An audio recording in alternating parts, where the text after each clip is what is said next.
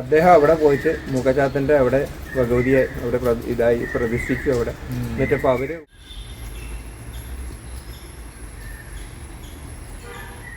അവരെ കയ്യിലുണ്ടായിരുന്ന ചെലമ്പും വാൾക്കണ്ണാടി, വാള്, ഇതൊക്കെയാണ് ഭഗവതിയുടെ ചൈതന്യമായിട്ടുണ്ടായിരുന്നത്. ചോള രാജാവ് ഇവരായിട്ട് ഒരു കല്യാണം കാര്യങ്ങൾ വന്നപ്പോൾ എന്തൊരു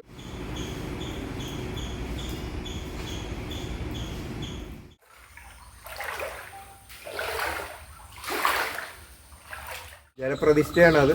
ആ വെള്ളമൊക്കെ കയറിയിട്ട് ഒന്ന് മൂടി ഭഗവാൻ. രാത്രി മൂടിയിട്ട് രാവിലേക്ക് ഒഴിഞ്ഞു. തൊട്ടടുത്തൊരു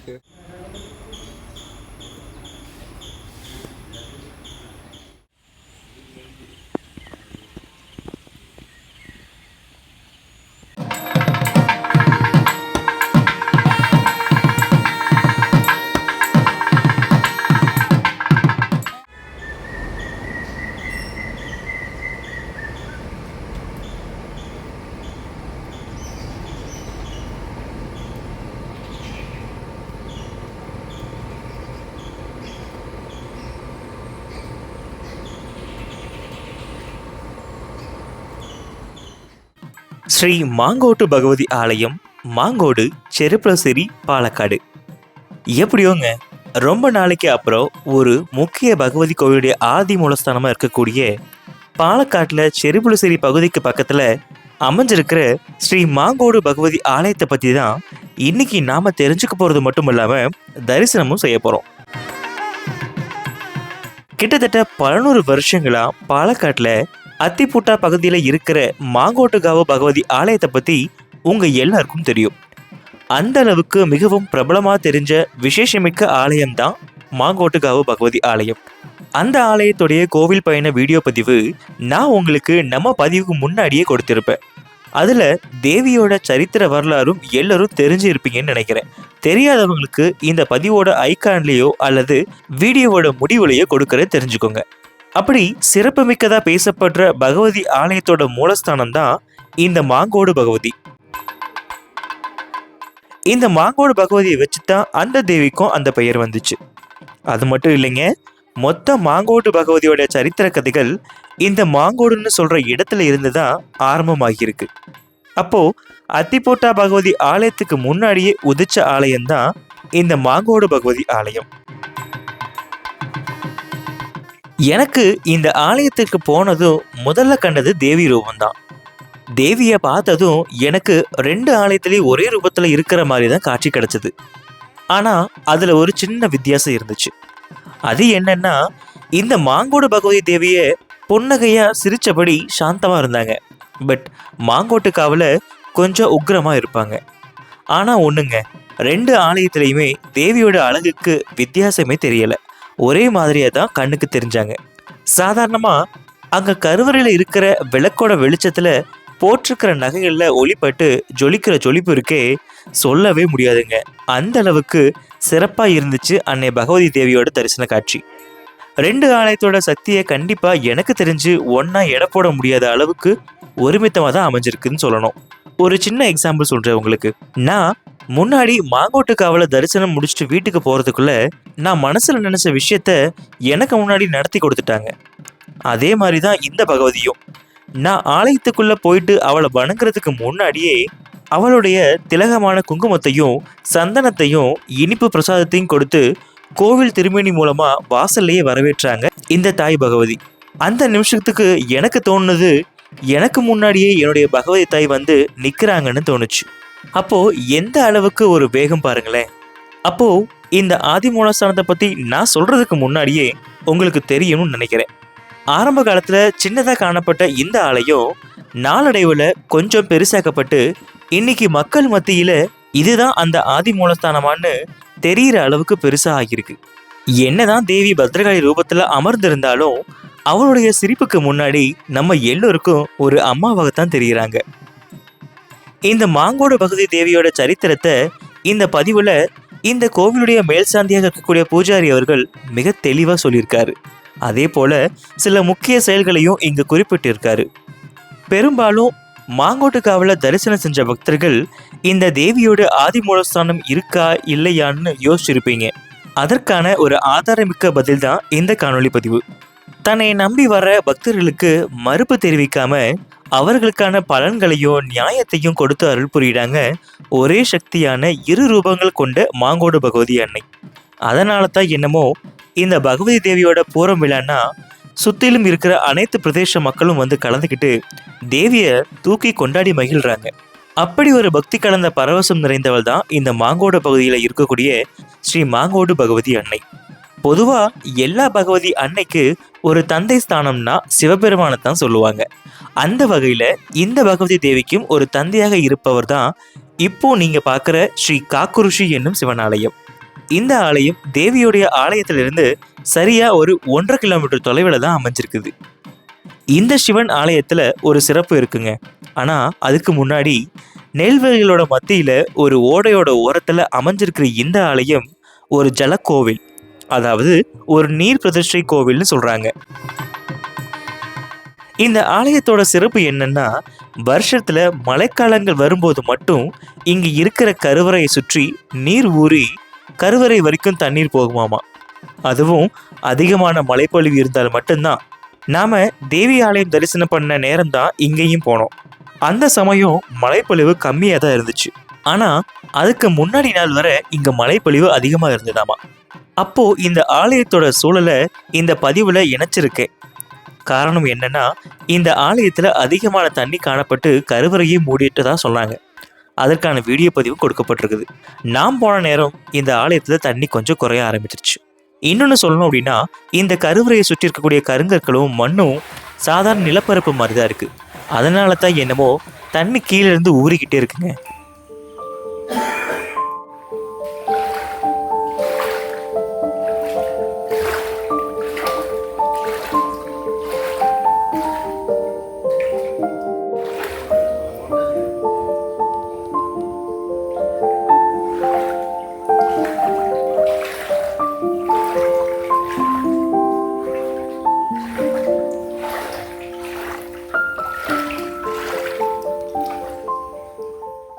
இப்படிப்பட்ட இன்னும் பல சிறப்புகள் கொண்ட இந்த மாங்கோடு பகவதியை பற்றியும் இந்த சிவபெருமானை பற்றியும் இந்த பதிவில் தொடர்ந்து தெரிஞ்சுக்கலாம் வாங்க. அம்மே தேவி சரணம். எல்லோருக்கும் ஒரு பெரிய வணக்கம் நண்பர்களே, எல்லாரும் எப்படி இருக்கீங்க? இன்னைக்கான ஒரு கோவில் பதிவு எங்கன்னு பார்த்தோம் அப்படின்னா பாலக்காடு மாவட்டம் தான் வந்திருக்கோம். ஸோ ஆல்ரெடி இந்த கோவிலை பற்றி தெரியுமான்னு எனக்கு தெரியல. எனக்கு இப்போ தான் ஃபஸ்ட் டைம் தெரியும். அண்ட் இந்த கோவிலுடைய ஒரு இன்னொரு கோவில் வந்து நம்ம ஆல்ரெடி பார்த்துருப்போம். அதாவது பாலக்காடு மாவட்டத்தில் மாங்கோட்டுக்காவு பகவதி அப்படின்னு சொல்லிட்டு பார்த்துருப்போம். நம்ம பதிவு ஆல்ரெடி போட்டிருக்கோம். ஸோ அந்த கோவிலுடைய ஒரு ஆதிமூலஸ்தான கோவில் தான் இன்றைக்கி வந்திருக்கோம். ஆக்சுவலாக எனக்கும் தெரியாது செருப்புலசேரியில் ஆதிமூலஸ்தானம் இன்னும் இருக்குன்னு சொல்லிட்டு லாஸ்ட் நம்ம பதிவு பார்த்தோம்னா நிறைய பேர் கேட்டிருக்கீங்க ஆதிமூலஸ்தானம் இருக்கான்னு கேட்டு. கண்டிப்பாக இருக்குன்னு, ஏன்னா அந்த கோவிலுக்கு வந்தாச்சுங்க. ஸோ இன்றைக்கான கோவில் எங்கன்னு பார்த்தீங்கன்னா பாலக்காடு மாவட்டத்தில் இருக்கக்கூடிய செருப்புலசேரி அப்படின்னு சொல்லி பகுதி தெரியும். ஸோ பாலக்காடுலேருந்து ஒரு 40-45 கிலோமீட்டர் வரும். அண்ட் செருப்புலசேரியிலேருந்து ஒரு 5 கிலோமீட்டர் தொலைவில் தான் இருக்குது. ஸோ இந்த தொலைவில் இருக்கக்கூடிய மாங்கோடு அப்படின்னு சொல்லக்கூடிய இடத்துல இருக்கக்கூடிய ஸ்ரீ மாங்கோட்டு பகவதி அப்படின்னு சொல்லக்கூடிய ஒரு கோவிலுக்கு தான் வந்திருக்கோம். ஸோ நம்முடைய எக்ஸிக்யூட்டிவ் ஆஃபீஸர் அண்ட் மேனேஜர், அதாவது பங்கஜக்ஷன் சார், அவர் தான் நமக்கு பெர்மிஷன் கொடுத்தாரு. ஸோ சார் வர முடியல. ஸோ இப்போ இந்த கோவிலை பற்றின விசேஷ சரித்திரங்களை நம்ம கூட திரும்பியும் இருக்காங்க, அவங்க கிட்ட கேட்டு தெரிஞ்சுக்கலாம். ஸோ நமஸ்காரம் ஏட்டா. நமஸ்காரம். നിങ്ങളുടെ പേര് പറഞ്ഞു കേട്ടാ? ശ്യാം എംബ്രാന്തരി എന്നാണ്. ശ്യാം നമ്പ്രാദ്രി. ഓക്കെ. ഇവിടുത്തെ മേൽസന്ധിയിൽ? ഇവിടുത്തെ മേൽശാന്തിയാണ്. ശരി ശരി. 1999 ജൂൺ മാസത്തിലാണ് ഒരു നിമിത്തം പോലെ നമുക്കിവിടെ വരേണ്ടി വന്നു. ഓ ശരി. ഇവിടുത്തെ മേൽശാന്തി ഇങ്ങനെ റിട്ടയറായി പോയപ്പോൾ വന്ന ഒരു ഇത് നടത്തിയിട്ടാണ് ഞങ്ങളിവിടെ കയറിയത്. ഏട്ടാ, അതായത് നമ്മുടെ മാങ്കോട്ട് കാവ് ദേവിയുടെ ആദിമൂലസ്ഥാണ് ഈ മാങ്കോട്ട് ഭഗവതി. ഈ മാങ്കോട്ട് ഭഗവതി ക്ഷേത്രത്തിന്റെ ചരിത്രം എന്താണ് ഏട്ടത്? ചരിത്രം പറഞ്ഞു കഴിഞ്ഞാൽ ഇവിടെ ചോളദേശം പറഞ്ഞാൽ ഇന്ന് തമിഴ്നാട് എന്നൊക്കെ പറയണം, ആ ഭാഗത്തുള്ളതാണ്. അപ്പോൾ അവിടുന്ന് കുറേ കാലങ്ങൾ മുമ്പ് ഈ 1000-800 വർഷം പഴക്കം പറയുന്നുണ്ട്. അവിടുത്തെ ഇവിടെയുള്ള ഇന്ന് ഈ സമുദായക്കാർ അവിടെ കൃഷി കാര്യങ്ങളായിട്ട് അവിടെ തമിഴ്നാട്ടിലായിരുന്നു ജീവിച്ചിരുന്നത്. അവിടെ ചോള രാജാവ് ഇവരായിട്ട് ഒരു കല്യാണം കാര്യങ്ങൾ വന്നപ്പോൾ എന്തൊരു അവരൊരു ഒരു സ്പർദ്ധ വെച്ചോടെ അതിൽ ഇവർ നേടി. അപ്പോൾ അത് ഒരാളുടെ മകളുടെ ബുദ്ധി മുഖാന്തരമാണ് ആ ഒരു സ്പർദ്ധയിൽ അവർ ജയിച്ചത്. അപ്പോൾ ആ മകളെ കല്യാണം കഴിക്കണമെന്ന് അവരായി. അപ്പോൾ അന്നത്തെ പ്രശ്നം കാരണം അവർ രാത്രിക്ക് രാത്രി ആ നാട് വിട്ട് ഇങ്ങോട്ട് കേരള ഭാഗത്തേക്ക് വന്ന് സാമൂതിരി രാജാവിനെ കണ്ട് ഈ പ്രദേശത്ത് ഈ മാങ്ങോട് ഏകദേശം നമ്മളെ പെരിങ്ങോട് നിന്ന് ഇങ്ങോട്ട് ഈ മാങ്ങോട് വരെ അവരിങ്ങനെ ഇവിടെ വന്ന് അവർക്ക് ആ സ്ഥലം അനുവദിച്ചു കൊടുത്ത് രാജാവ് കൃഷി കാര്യങ്ങളായിട്ട് ജീവിച്ചോളും. അന്ന് അവരെ കയ്യിലുണ്ടായിരുന്ന ചെലമ്പും വാൾക്കണ്ണാടി, വാള് ഇതൊക്കെയാണ് ഭഗവതിയുടെ ചൈതന്യമായിട്ടുണ്ടായിരുന്നത്. അവർ ആരാധിച്ചിരുന്നു.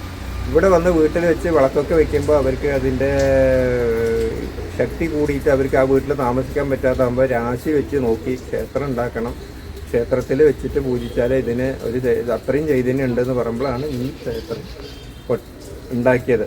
അത് പഴയ കാലത്ത് ചെറിയ ശ്രീകോവിൽ കാര്യങ്ങളൊക്കെ ആയിരുന്നു.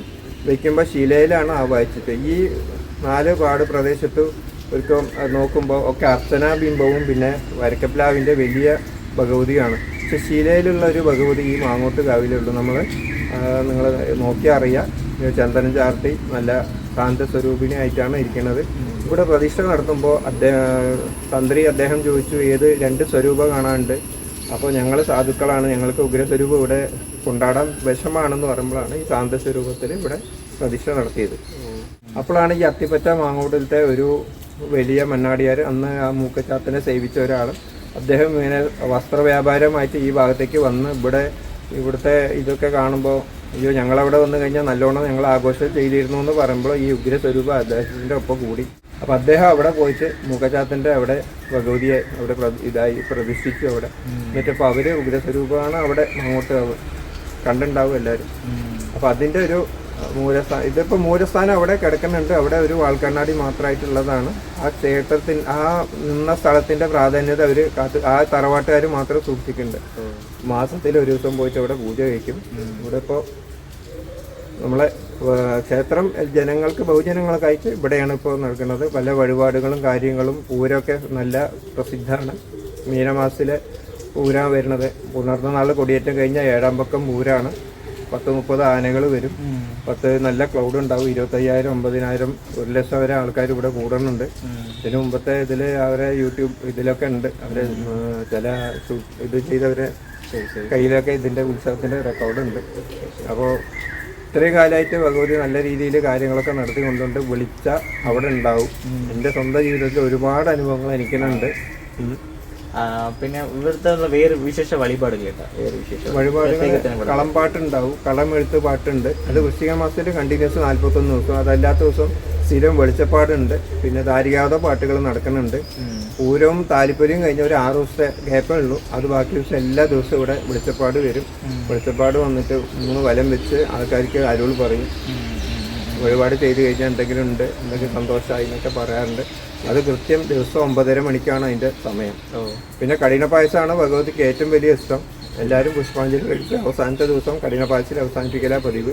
പിന്നെ ശത്രുസംഹാര പുഷ്പാഞ്ജലി, പിന്നെ കല്യാണം കാര്യങ്ങൾക്ക്, വിദ്യാഭ്യാസം, ഒരുപാട് കുട്ടികൾ ഇവിടെ നമ്മൾ എത്തിനിർത്തിയിട്ടും ഇതിനൊക്കെ ആയ കുട്ടികൾ ഒരുപാട് നല്ല നല്ല പൊസിഷനിൽ എത്തിയും. ഡോക്ടർമാരായി പഠിക്കുന്നുണ്ട്, കുറേ ആൾക്കാർ എഞ്ചിനീയേഴ്സ് ആയിട്ടുണ്ട്, അതേപോലെ വിദേശത്ത് പോയിട്ടുണ്ട്. അങ്ങനെ ഒരുപാട് ഇതിൽ ജോലി ചെയ്യുന്ന ആൾക്കാർ ഇവിടെ നമ്മളെ ഭഗവതിയുടെ അനുഗ്രഹത്തിൽ അവരിന്നും ആ ഓർമ്മ വെച്ചിട്ട് നടക്കുന്നുണ്ട്.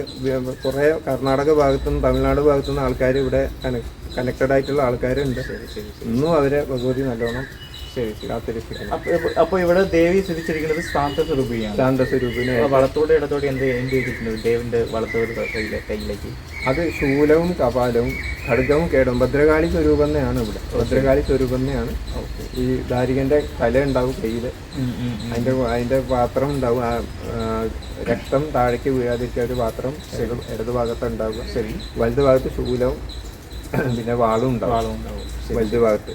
അങ്ങനെയാണ് ആയുധങ്ങൾ കൊടുത്തിരിക്കുന്നത്. ശരി ശരി. ഇവിടെ ഒരു ശിവക്ഷേത്രം ഉണ്ട്. ആ ശിവക്ഷേത്രം ശിവനാണ്. ഇപ്പോൾ ഇന്നലെ അല്ല, ഒരു ദിവസം മുമ്പാണ് അവിടെ ഒരു ജലപ്രതിഷ്ഠയാണ്. അത് ആ വെള്ളമൊക്കെ കയറിയിട്ട് ഒന്ന് മൂടി ഭഗവാൻ. രാത്രി മൂടിയിട്ട് രാവിലേക്ക് ഒഴിഞ്ഞു. തൊട്ടടുത്ത് ഒരു ശിവക്ഷേത്രം ഉണ്ട്, അത് കീഴാണ്. ഒരാളിപ്പോൾ അങ്ങോട്ട് പോയി. നമ്മൾ 2 അവിടെ പൂജാരിമാരാണ്. ഒരാൾ 7 മണിക്ക് അവിടെ പോകും, അത് കഴിഞ്ഞ് 9 മണിക്ക് തിരിച്ചു വരും. പിന്നെ ഇവിടുന്ന് 10-10:30 വേണമെന്നാണ് ക്ലോസിങ്. അത് ജലപ്രതിഷ്ഠയാണ്. ജലപ്രതിഷ്ഠയാണ് പറഞ്ഞാൽ അത്രയും താണിട്ടാണ് ശ്രീകോവിൽ ഇരിക്കുന്നത്. ആ വെള്ളം കയറിയിട്ട് ഭഗവാൻ കൊല്ലത്തിൽ 3 കൊല്ലം കൂടുമ്പോഴാണ്. പക്ഷെ കഴിഞ്ഞ വർഷം ഉണ്ടായി, ഈ വർഷം ഉണ്ടായി. കഴിഞ്ഞ വർഷം അമ്പലന്ന് മൂടി. അമ്പലന്ന് ക്ലോസ് ചെയ്ത് ആ മോൾ ഭാഗം മാത്രമേ കണ്ടിട്ടുള്ളൂ. ഇവിടെ ഇല്ല. ഇവിടുന്ന് കുറച്ച് ദൂരം പോകണം. ഇവിടെ പോയി കഴിഞ്ഞാൽ കുറച്ച് ലെഫ്റ്റ് സൈഡ് പോയി കഴിഞ്ഞാൽ ഒരു റോഡുണ്ട്. ശരി ശരി. അവിടെ ഒരു പാലം കാണും. പാലത്തിന്റെ റൈറ്റ് സൈഡ് ഒരു വഴിയുണ്ട്. ശരി. ആ വഴി മുഴുവൻ അങ്ങോട്ട് പോകില്ല, വഴിയിൽ നിർത്തിയിട്ട് പിന്നെ നടന്നു പോകണം. ശരി ശരി. ഇന്നലെയൊക്കെ വെള്ളം ഉണ്ടായിരുന്നു അവിടെ. പക്ഷെ ശ്രീകോവിലിൽ നിന്ന് ഇറങ്ങിയിരുന്നു താഴേക്ക്. അപ്പം അങ്ങനെ ഒരു അച്ഛൻ്റെ സ്വരൂപമായി സങ്കല്പമായിട്ടാണ് അവിടെ ശിവനിരിക്കുന്നത്. പിന്നെ നമ്മൾ അമ്പലം എപ്പോൾ നട തുറക്കുന്നത്? രാവിലെ 5 മണിക്ക് തുറക്കും, ഡെയിലി 5 മണിക്ക് തുറക്കും. വെള്ളി, ചൊവ്വ, ഞായർ 10:30 മണി വരെ ഉണ്ടാവും. ശരി. ബാക്കി ദിവസമൊക്കെ 10 മണി ക്ലോസ് ചെയ്യും. പിന്നെ വിശേഷ ദിവസങ്ങളിൽ നമ്മൾ ആനയൂട്ടുണ്ട്, പിന്നെ മറ്റേ ഈ ഉദാസന പൂജകൾ, പൂര സമയത്ത് അപ്പൊക്കെ 12, 11 ആ തിരക്കനുസരിച്ചിട്ട് നമ്മൾ അതനുസരിച്ചിട്ട് ക്ലോസ് പിന്നെ ചെയ്യും. വൈകിട്ട് വൈകിട്ട് 5 മണിക്ക് തുറന്നു കഴിഞ്ഞാൽ 7:15 വരെ. 7:15. ഇതേപോലെ നേരത്തെ പറഞ്ഞ പോലെ ഉത്സവ സമയത്ത് വ്യത്യാസങ്ങൾ വരും. കൂടുതൽ നീട്ടിയുണ്ടാവും. 9 മണി 10 മണിയൊക്കെ ആവും അടയ്ക്കുമ്പോൾ. ശരി. താല്പര്യ കാര്യങ്ങൾ. ബാക്കി ദിവസമൊക്കെ 7:15. കളംപാട്ടുണ്ടെങ്കിൽ 7:45, 8 മണിയൊക്കെ ആവും. കളമെഴുത്ത് പാട്ട് പാട്ടുകൊണ്ടിലാണ് അതിൻ്റെ പിന്നിലിരിക്കുന്നത്. അവിടെ ഭഗവതിയുടെ ചിത്രം വരച്ച് അവിടെ ഒരു പൂജ ഉണ്ടാവും. അത് ആ തളപൂജ കഴിഞ്ഞിട്ടാണ്. ശരി.